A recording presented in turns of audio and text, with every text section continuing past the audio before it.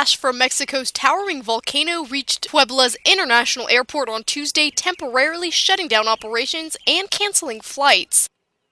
Last month, Mexico's National Center for Disaster Protection raised the alert level, indicating possible magma expulsion and explosions of increasing intensity. Popo, as the volcano is commonly known, has spat out mile-high clouds of ash and smoke several times this year. Its last major eruption took place in 2000, just 1 week shy of Christmas Day.